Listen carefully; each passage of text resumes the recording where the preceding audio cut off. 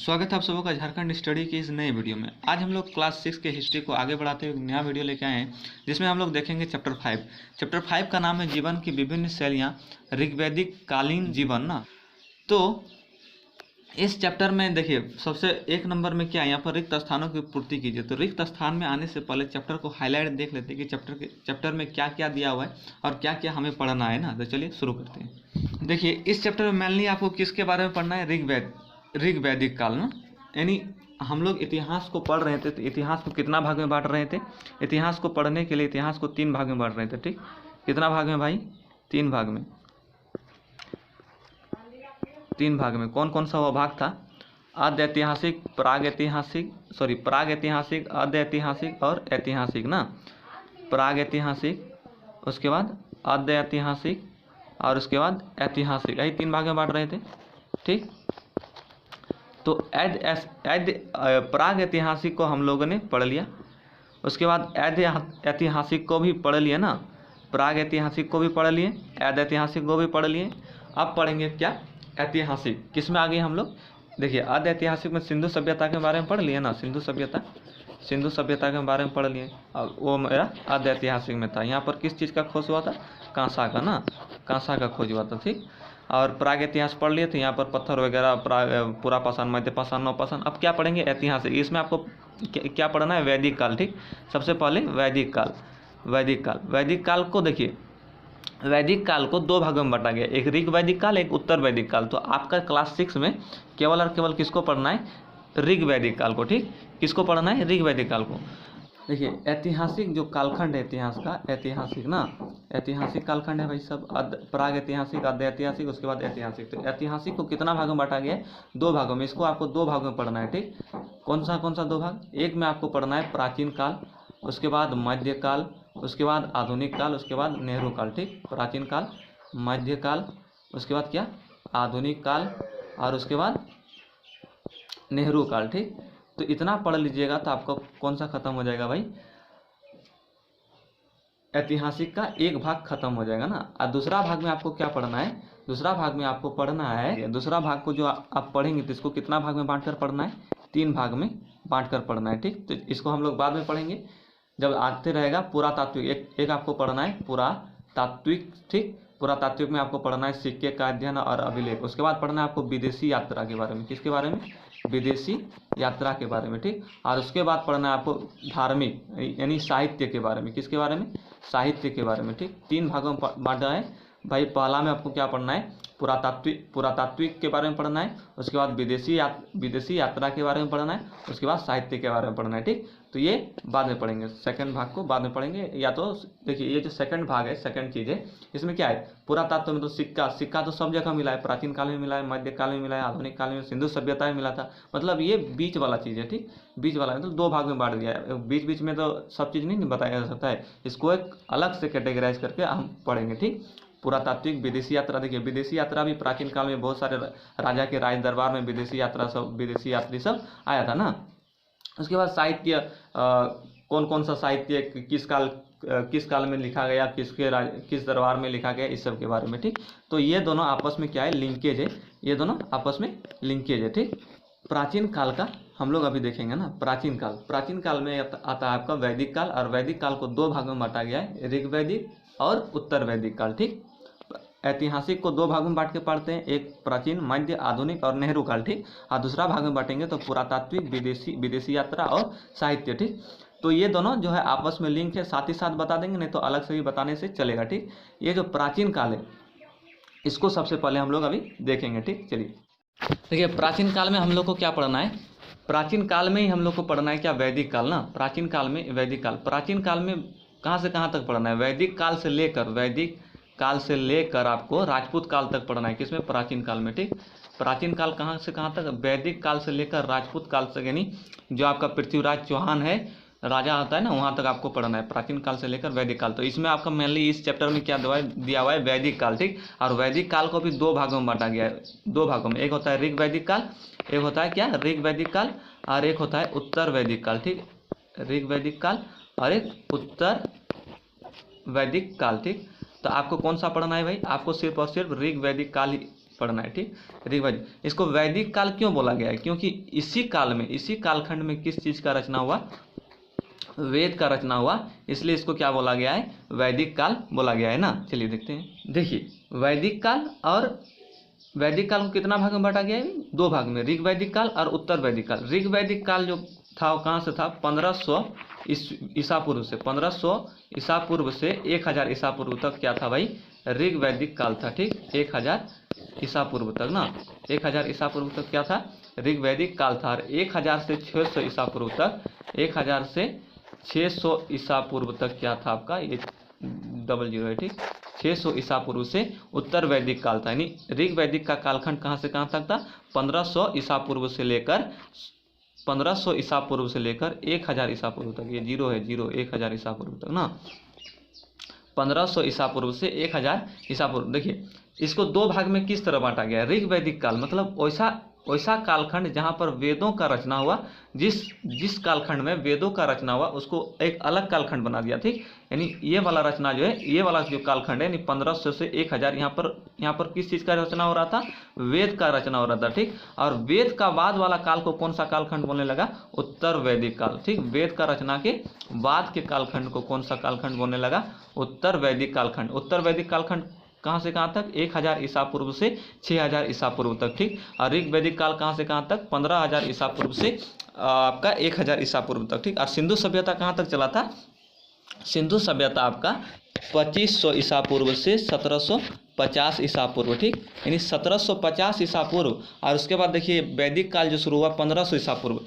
सिंधु सभ्यता कब खत्म हुआ? 1750 ईसा पूर्व में सिंधु सभ्यता बाढ़ के कारण खत्म हो गया। ठीक, जब बाढ़ आ गया था, सुनामी आ गया था, कहा जाता है कि सिंधु सभ्यता उसी के कारण खत्म हो गया ना। अब देखिए जो वैदिक काल का दिखा रहा है 1500 ईसा पूर्व से दिखा रहा है, यानी 250 साल का गैप है। ठीक, 1750 से 1500 ईसा पूर्व के बीच कितना गैप है भाई? 250 साल का गैप है। तो ये 250 साल गया कहाँ? देखिए सिंधु सभ्यता एक नगरीय सभ्यता था। यहाँ के मानव सभ्य थे, घर द्वार अच्छा से बना के रखा था, पढ़ा दिया आपको पिछले क्लास में। ठीक, देखिए यहाँ पर जो 1750 में बाढ़ के कारण या तो सुनामी के कारण जो ये सिंधु सभ्यता का विनाश हुआ, अंत हुआ, तो क्या किसी भी सभ्यता में किसी भी सभ्यता को बसाने के लिए, एक विशाल क्षेत्र में मानव को बसाने के लिए और एक ही सभ्यता का पालन करने के लिए क्या लगता है? समय लग जाता है ना। तो यह जो 250 साल था, इसके बीच क्या हो रहा था? वैदिक काल की स्थापना हो रही थी। ठीक, वैदिक काल पूर्ण रूप से स्थापित नहीं हो गया था। वैदिक काल का स्थापना, किसी भी सभ्यता का स्थापना होने में समय लगता है। ठीक, तो ये 250 साल था, वो कैसा साल था? संक्रमित काल था, किसी भी सभ्यता को बसने में समय लग जाता है। ठीक, सिंधु सभ्यता 1750 में खत्म हुआ और 1500 से आपका जो है वैदिक सभ्यता शुरू हो गया, वैदिक काल शुरू हो गया ना। तो वैदिक काल में आपको कौन सा कालखंड पढ़ना है भाई? ऋग वैदिक काल, उत्तर वैदिक काल नहीं पढ़ना है। ऋग वैदिक काल 1500 ईसा पूर्व से शुरू होकर 1000 ईसा पूर्व तक चला। ठीक, चलिए ऋग वैदिक काल को अच्छा से देखते हैं। देखिए वैदिक समाज का निर्माता जो थे आर्य थे। आर्य जो मध्य एशिया से आया था। आर्य कहाँ से आया था भाई? मध्य एशिया से आया था और भारत का क्या किया था? आर्यकरण किया था। संस्कृत भाषा आर्य लोग जानते थे और संस्कृत भाषा को ही भारत में आकर वो क्या कर रहा था? सिखा रहा था। ठीक, और जिसको संस्कृत भाषा नहीं आ रही थी उसे अनार्य या निम्न कहा जाता था। ठीक, दक्षिण भारत का जो आर्यकरण कर रहा था वो कौन कर रहा था भाई? अगस्त ऋषि। ठीक, अगस्त ऋषि। और उत्तर भारत का आर्यकरण राजा विदेह का पुरोहित गौतम राहुगढ़। ठीक, अगस्त ऋषि ने दक्षिण भारत का आर्यकरण किया, मतलब दक्षिण भारत में संस्कृत भाषा सिखाया। और राजा विदेह का पुरोहित गौतम राहुगढ़ ने उत्तर भारत का क्या किया? आर्यकरण किया। ठीक, उत्तर भारत का आर्यकरण किया। इस समय जो था ऋग वैदिक काल में, देखिए ऋग वैदिक काल में सबसे प्रिय पशु क्या थी? गाय थी। प्रिय पशु क्या थी आपका? गाय थी ना। क्या थी भाई? गाय थी। ठीक, गाय। और सिंधु सभ्यता में गाय का कहीं साक्ष्य देखने को मिला था? नहीं देखने को मिला था। उस समय का जो प्रमुख पशु था वो क्या था? एक सींग वाला जानवर। ठीक, किसमें? सिंधु सभ्यता में। और इस समय जो प्रमुख पशु थी वो क्या थी? गाय थी। ठीक, और यदि गाय का कोई चोरी कर लेता था, राजा उसको पकड़ लेता था, तो राजा क्या करता था? उसको मृत्यु दंड दे देता था ना। गाय जो था समृद्धि का संकेत था। जिसके पास गाय नहीं है वो क्या था भाई? गरीब था। इस समय में ऋग वैदिक काल में गाय का बहुत ही ज़्यादा महत्वपूर्ण था। इस समय का जो मुख्य आधार था ऋग वैदिक काल में, जो आपको क्या देखने को मिलेगा? इस समय जो जीवन जीने का मुख्य आधार क्या था भाई? कृषि था। ठीक, कृषि से ही लोग अपना जीवन निर्वाह करते थे ना। इस समय जाति का निर्धारण जो होता था ऋग वैदिक काल में, जाति का निर्धारण कौन से कैसे होता था जाति का निर्धारण? तो कर्म के आधार पर, ठीक, कर्म के आधार पर। चलिए जाति का निर्धारण को समझ लेते हैं अच्छा से, ठीक। जो शिक्षा देने का काम करता था, जो शिक्षा देने का काम करता था उसे क्या कहते थे? ब्राह्मण कहा जाता था। क्या कहा जाता था? ब्राह्मण, ठीक। शिक्षा देने का काम को क्या, जो शिक्षा देता था उसे क्या कहा जाता था भाई? ब्राह्मण कहा जाता था। किस काल में? ऋग वैदिक काल में ना। और जो दूसरे के यहाँ नौकरी करता था उसे शूद्र कहा जाता था। जो रक्षा करता था, जैसे आज के समय में पुलिस ना, जो रक्षा करता था उसे क्या कहा जाता था? क्षत्रिय कहा जाता था, ठीक। जो रक्षा करता था उसे क्षत्रिय कहा जाता था। और जो व्यापार करता था उसे वैश्य कहा जाता था। क्या? वैश्य, ठीक। जो व्यापार करता था उसे वैश्य कहा जाता था, ठीक। और जो दूसरे के यहाँ नौकरी करता था उसे क्या कहा जाता था? शूद्र। क्या कहा जाता था भाई? शूद्र ना। क्या कहा जाता था? शूद्र, ठीक।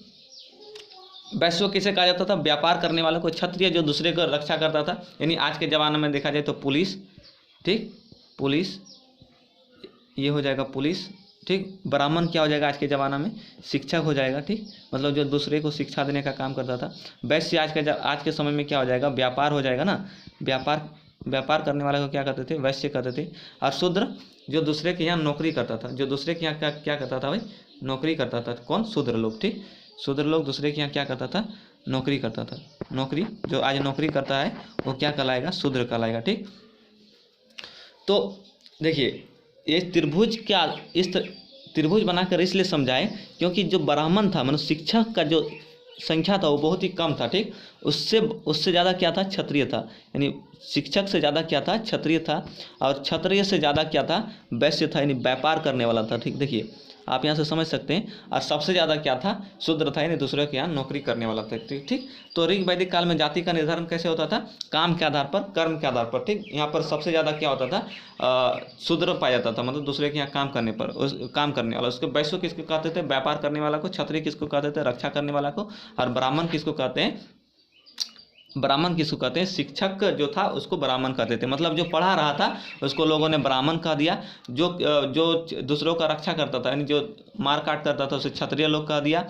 और जो क्या कहता है कि जो व्यापार करता था उसे वैश्य कह दिया। यानी यदि ब्राह्मण का बेटा यदि वो व्यापार करने लगे तो किस कैटेगरी में आ जाएगा? वैश्यों के कैटेगरी में आ जाएगा, ठीक। और अभी के समय में क्या है? ब्राह्मण का बेटा ब्राह्मण बनेगा, क्षत्रिय का बेटा क्षत्रिय बनेगा, शूद्र का बेटा शूद्र बनेगा। लेकिन उस समय नहीं। उस समय का जो जाति था किस आधार पर निर्धारण होता था भाई?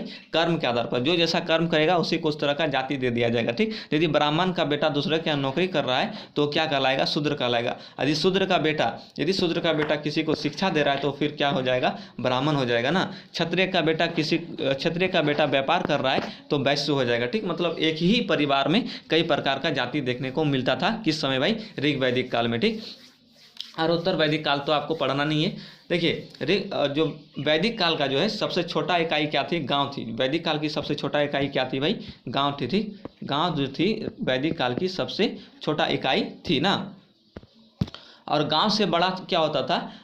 जिसका मालिक क्या होता था? ग्रामिक होता था। गांव का मालिक क्या होता था? ग्रामिक होता था। गांव से बड़ा होता था जन का मालिक को, मतलब जन जिसके अधीन कार्य करता था उसे क्या कहते थे? राजन कहते थे। मैंने सबसे बड़ा क्या हो गया भाई? जन हो गया, ठीक। उत्तर वैदिक काल आपको पढ़ना नहीं है, लेकिन उत्तर वैदिक काल में क्या हो गया? लोहा का खोज हो गया। उत्तर वैदिक काल में लोहा का क्या हो गया? खोज हो गया ना। और लोहा के खोज हो जाने के कारण जो कृषि किया जा रहा था, इस समय का जो मुख्य आधार था वैदिक काल का वो क्या था? कृषि था ना। तो कृषि किया जा रहा था, तो लोहा का खोज होने के कारण कृषि और अर्थव्यवस्था मतलब तेजी से परिवर्तन देखा गया, ठीक। जैसे जैसे कृषि होता गया, फसल को मतलब व्यापार करने लगे तो अर्थव्यवस्था में परिवर्तन देखा गया और कृषि में भी परिवर्तन देखा गया, ठीक। समाज धीरे धीरे ग्रामीण सभ्यता से, वैदिक काल का जो समाज थी वो कैसा थी? ग्रामीण थी ना। लेकिन लोहा का खोज आने के बाद ग्रामीण से क्या होने लगा? वे नगरीय होने लगा, ठीक। और यह जो जन था आगे बढ़कर क्या बन गया भाई? आगे बढ़कर बड़ा आकार लेने लगा, ठीक। मतलब जैसे देखिए क्या हो गया? लोहा का खोज हो गया। देखिए पहले क्या था? छोटा छोटा इकाई था, जन में बटा हुआ था, ठीक। इस तरह का इकाई था भाई। किस में बटा था? जन में बटा था ना। इस तरह का छोटा छोटा जन था जिसका मालिक क्या होता था?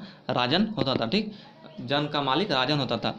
यह जो जैसे जैसे लोहा का खोज हुआ तो क्या हुआ, फैक्ट्री खोलने लगा। अब फैक्ट्री खोलने लगा तो देखिए जहाँ पर मान लीजिए इस जगह पर लोहा का खोज है तो लोग क्या इधर ही जाने लगा ना।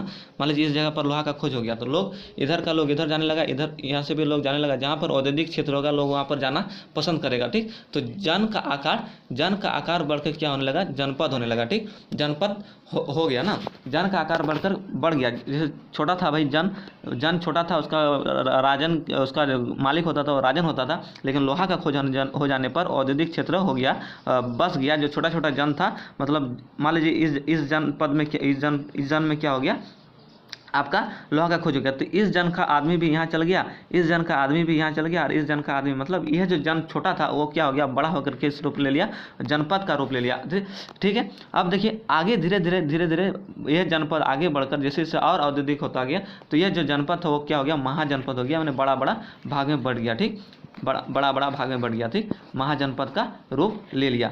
तो भारत में कुल कितने महाजनपद हुए थे, 16 महाजनपद हुए थे। जन से क्या बना, जनपद बना, और जनपद आगे चलकर क्या बन गया, महाजनपद बन गया। ठीक, और महाजनपद की चर्चा किसमें है, अंगुत्तर निकाय नामक पुस्तक में आपको महाजनपद की चर्चा देखने को मिलेगा। ठीक, देखिए जो वैदिक काल था, उत्तर वैदिक काल में या तो ऋग वैदिक काल में आपको 3 प्रकार के यज्ञ देखने को मिलेगा, अश्वमेध यज्ञ, वाजपेयी यज्ञ और राजसूय यज्ञ। अश्वमेध यज्ञ, ये जो महाजनपद बना, महाजनपद, ये आपको अगले चैप्टर में पढ़ना है। कौन सा चैप्टर में, अगले चैप्टर में किसके बारे में पढ़ना है, महाजनपद के बारे में। ठीक, तो हम क्या बता रहे थे, वैदिक काल में 3 प्रकार से क्या होता था, यज्ञ होता था। एक होता था राजसूय यज्ञ, वाजपेयी यज्ञ और अश्वमेध यज्ञ। अश्वमेध यज्ञ में क्या होता था, घोड़ा को छोड़ दिया जाता था, और घोड़ा जितना दूर जाता था उतना क्षेत्र में किसी एक राजा का अधिकार हो जाता था।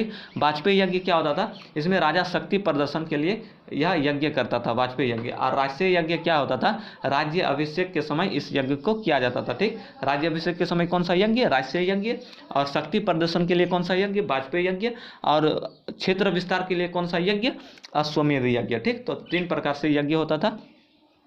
ठीक है, तो चलिए इस प्रकार से जो है आपका, और इस समय का वैदिक काल का जो प्रमुख देवता था, वैदिक काल का प्रमुख देवता था वो इंद्र था। ठीक, कौन सा प्रमुख देवता था, इंद्र था। ठीक, और देखिए वैदिक काल में हम बता दिया आपको किस चीज़ का रचना हुआ था, वेद का रचना हुआ था। ठीक, तो कितने प्रकार के वेद भाई, 4 प्रकार के। कौन कौन सा वेद, दूसरा में हो जाएगा आपका सामवेद। ठीक, सामवेद, और तीसरा में हो जाएगा आपका यजुर्वेद। तीसरा में कौन सा, यजुर्वेद। ठीक, और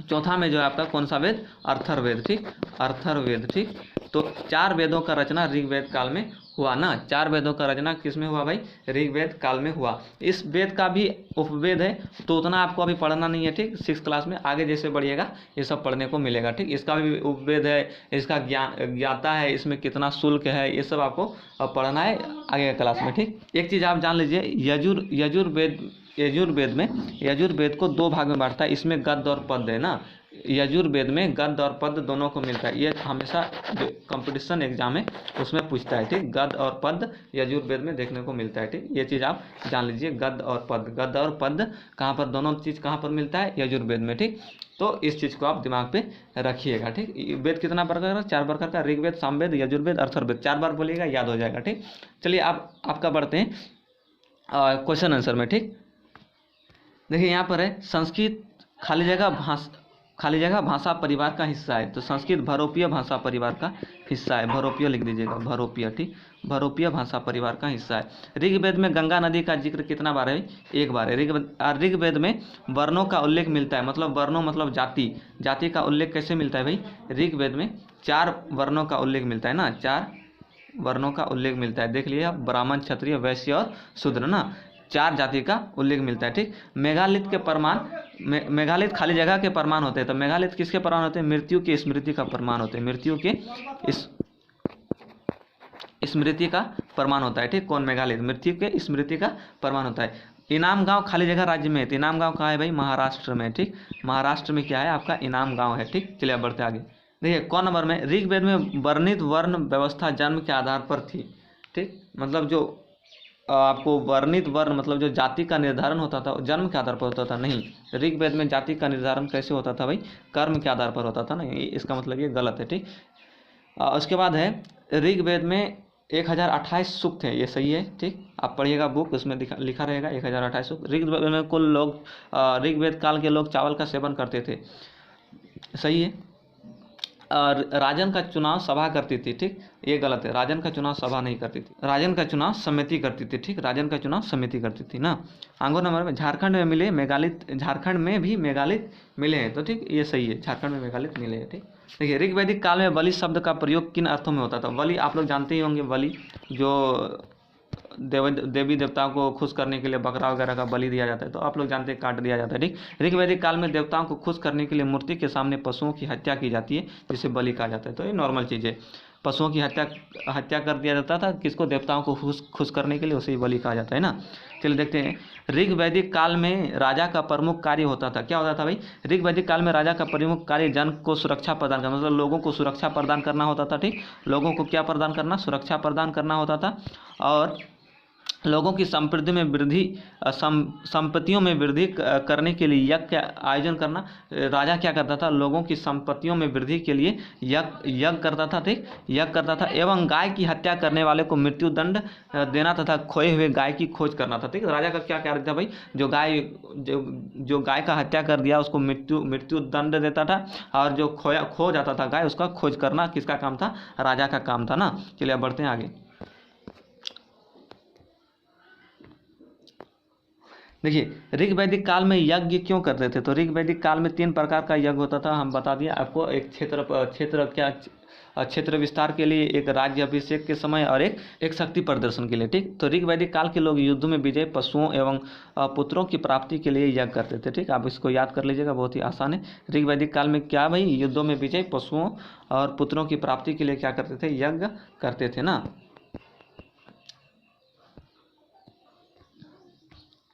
देख लेते हैं, वेद कितने हैं, सबसे पुराना वेद कौन सा है, तो वेदों की संख्या 4 है, अभी हम लोग देखें। और इसमें सबसे पुराना वेद जो होगा आपका ऋग्वेद हो जाएगा, ठीक। चलिए सूक्त का क्या अर्थ है, ऋग्वेद में कितने सूक्त है, तो सूक्त का क्या अर्थ है भाई, जो देखिए सूक्त पहले कहते किसे हैं ना, उस चीज़ को समझ लेते हैं।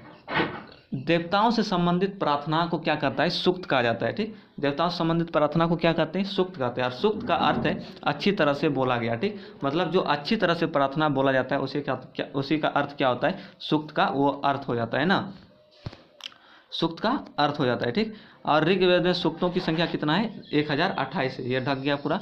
1028 क्या है भाई, ऋग्वेद में सूक्तों की संख्या है, ठीक। चलिए अब बढ़ते हैं आगे।